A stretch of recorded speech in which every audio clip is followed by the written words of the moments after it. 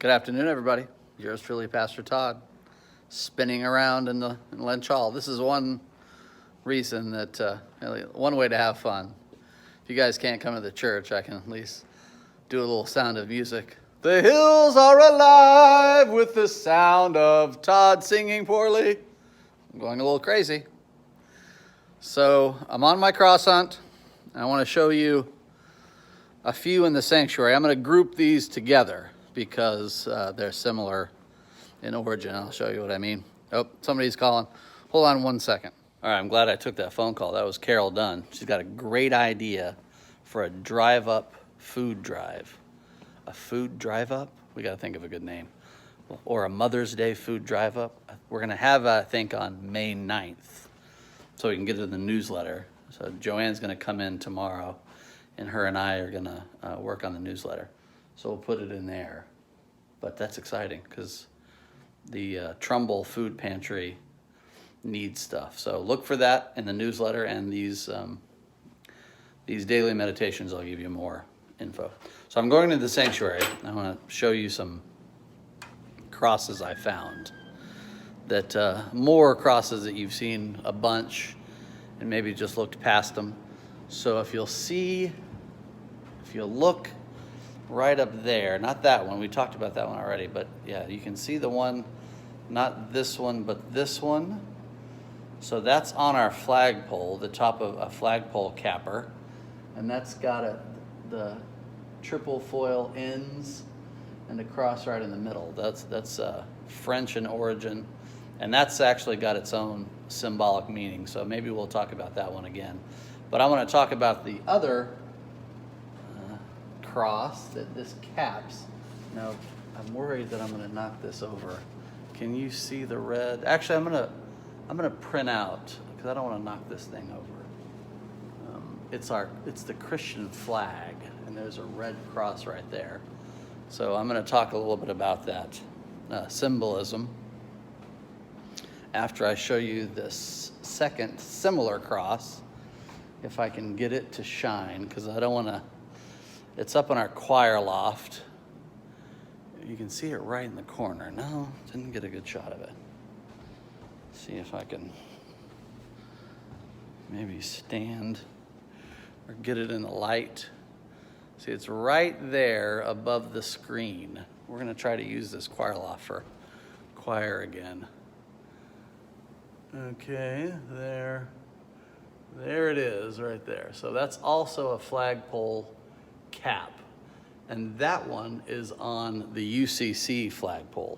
So we actually have four. There's a flag in that corner, a flag in that corner is our American flag, and back there's the Christian flag right there, and then over here in that corner of this little vestibule is the Connecticut flag. So we have four flags in here, very patriotic. So I'm going to talk a little bit about the two flags that have the crosses on the flagpole. So the one back here I just mentioned is the Christian flag. Hopefully that comes out the right side. So this was adopted by a group of Protestant churches in 1942 as a symbol to unite behind. This is red cross for the blood of Christ, a blue field for the waters of baptism, and a white body, the most of it is white, for the purity of Jesus, and both baptism and communion give us a sense of being forgiven and purified, forgiven of sins and purified. So that's the flag in the back of the sanctuary. Now, I've talked about the UCC flag before, but maybe just a little more. So this is the flag at the front behind the screen. We need to change that. So this is the symbol for the UCC. You'll see, of course, the United Church of Christ. A red, I'm glad to have the real colors because it's the red crown. So it's the blood of Christ that makes him King of and Lord of our lives. Obviously, the cross here, and this is an orb for the globe, and that kind of connects with this Bible verse. And I had that they may all be one. These are words of Jesus, and I had written out, or I printed out, it's John 17:21.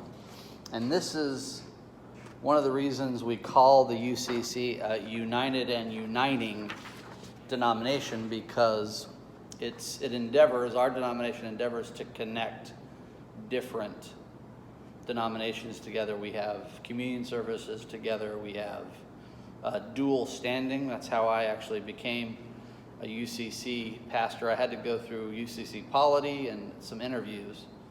But so now I have dual standing in the Disciples of Christ and the United Church of Christ. So there's our two crosses, our two flagpole cap crosses for today. So let's talk about our prayer exercise. We're looking at a book called The Armchair Mystic by Father Mark Thibodeau that gives us an in-depth understanding of prayer and how we can use the mystical tradition to connect, to get a feeling of God in our lives. Not just a thought or concept of God, but feeling God in our lives. So let's begin with our poem from the Christian mystics. This is from arguably my favorite poet, although it's like a favorite movie. It's hard to pick just one. For me, it's hard to pick one poet, but if there is only one that you look up and get acquainted with, Mary Oliver is hard to beat. So this is a poem by Mary Oliver called Thirst. Another morning, and I wake with thirst for the goodness I do not have. I walk out to the pond, and all the way God has given us such beautiful lessons. O Lord, I was never a quick scholar, but sulked and hunched over my books past the hour and the bell. Grant me, in your mercy, a little more time. Love for the earth and love for you are having such a long conversation in my heart. Who knows what will finally happen or where I will be sent?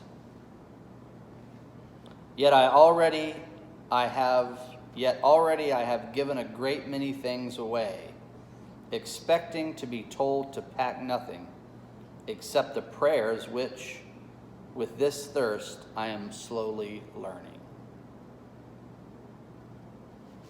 Thirst by Mary Oliver. And this is what Roger Housden, the compiler of all those poems, has to say. Mary Oliver's luminous lyrical poems are among the most well-known and loved in America.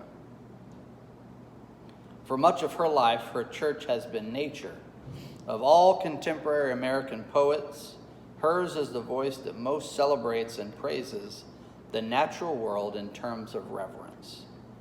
Since her life partner, Molly Malone Cook, died in 2005, her work has become more explicitly Christian, while still praising in the church of nature. What especially moves me in this beautiful poem is how the longing to be made good, not as in being good, I would suggest, but as in being made authentic, is the inspiration, the fountainhead of her prayers. And the way this is written, it's obvious that at the time of writing, Mary Oliver hadn't passed away, but she has passed away since, and I would consider her a saint in my own spiritual journey. So there we have Mary Oliver's Thirst. So here is your prayer exercise for today. As a reminder, we're looking at the second stage of the four in our prayer evolution. This is talking with God. It's a form of extemporaneous prayer where we don't read a scripture, or we don't pray a creed or a prayer that was written long ago. We just speak from our heart. So you can pause it if you want, because this is another one we drew yesterday. Today we're going to just write. So get a blank piece of paper and a pen, and have that ready for either now or when you do your prayer exercise later today. Remember, we're looking for growing our prayer life by spending just 5 minutes in your armchair, place that you've set aside. So this is what we're going to do. I want you to write on the top of your paper, Dear God. And then right below Dear God, I want you to write, I want to tell you about, and then I want you to pick one of these, looks like about a dozen.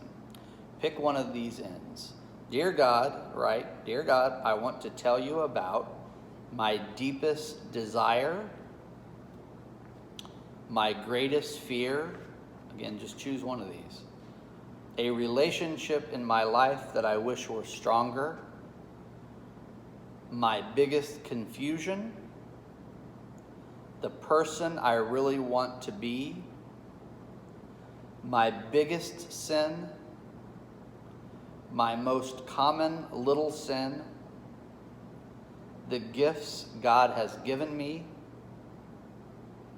the people I love and who love me, what I want written on my tombstone and why,